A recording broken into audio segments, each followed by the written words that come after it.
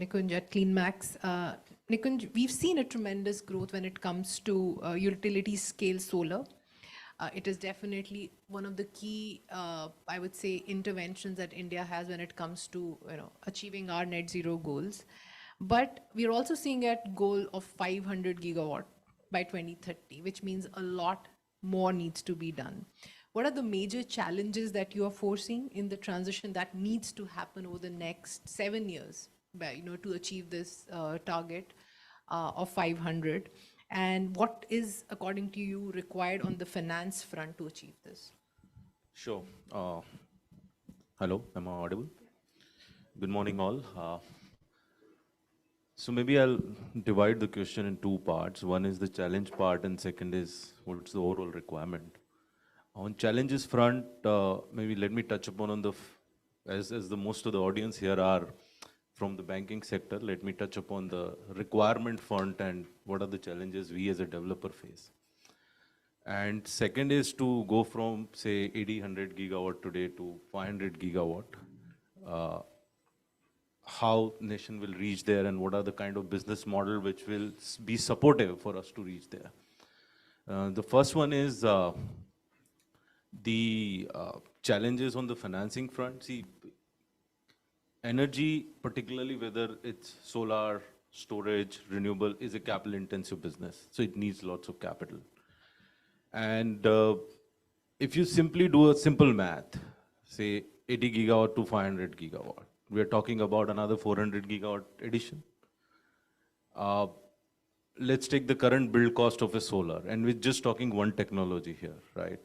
There are multiple renewable technology which would be needed to meet the overall targets for the country, right? 500 is just a number.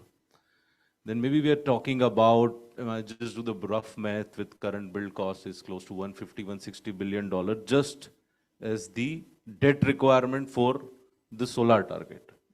Then you have wind, you have storage.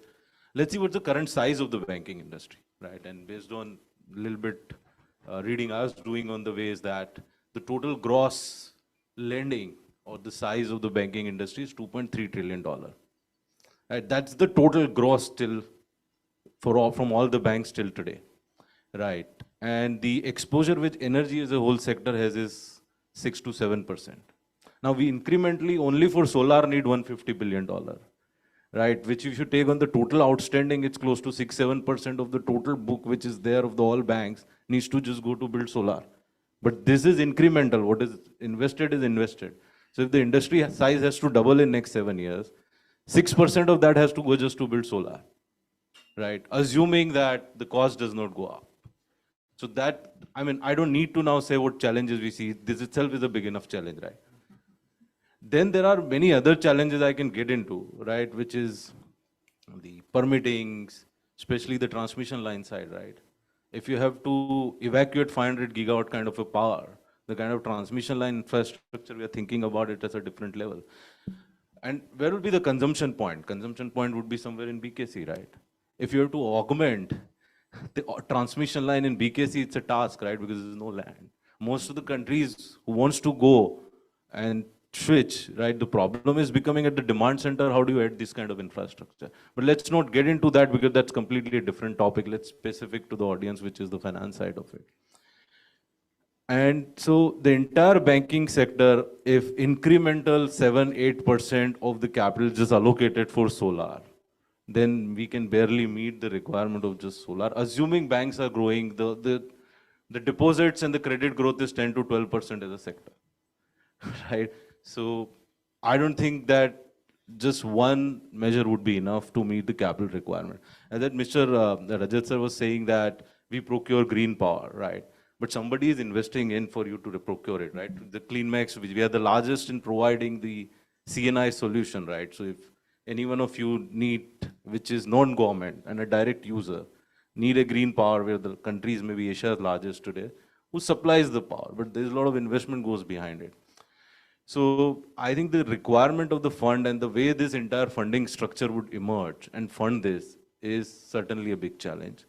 And I don't think just banking sector alone can address that.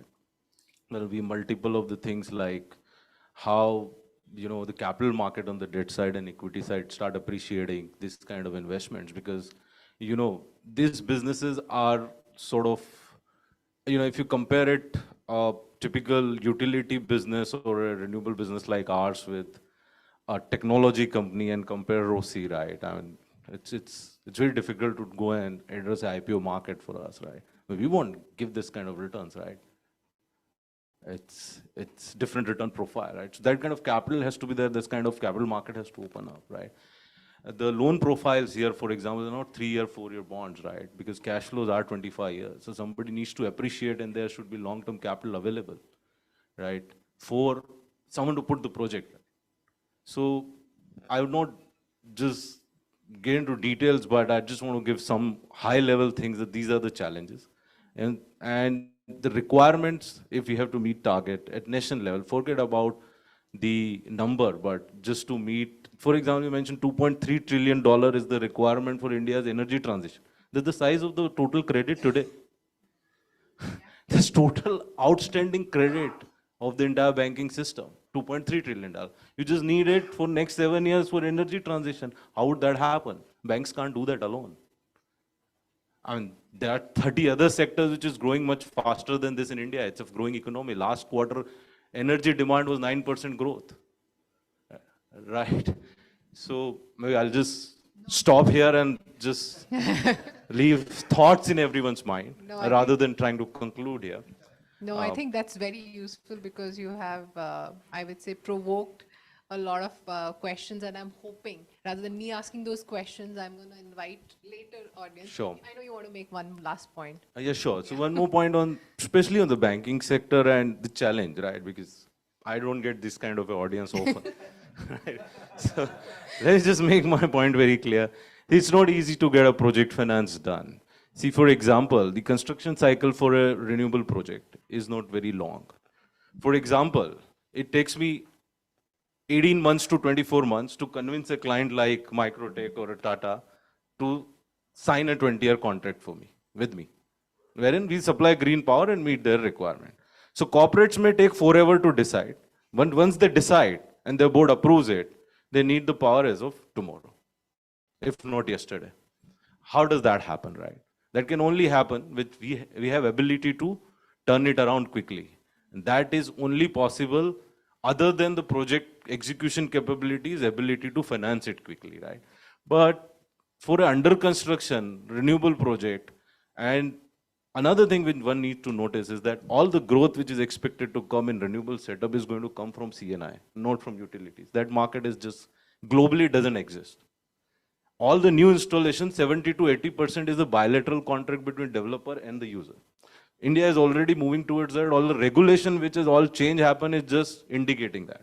So let's say if all new installation is for CNI demand, or 70% of that, and only, I don't think any public sector bank, at least I see, who can turn it around in 1 month or 2 months, under construction CNI project. The very few private sector and some NBFCs who have expertise in power sector, like PFCs of the world, IREDA of the world, who can turn it around. So only 7-8 lenders we can go to out of 50, 60. So, I mean, project finance needs to be looked at differently for these sectors. That's the point I want to make. Maybe I'll just conscious of time. Yeah. But No, I we can will speak. come back.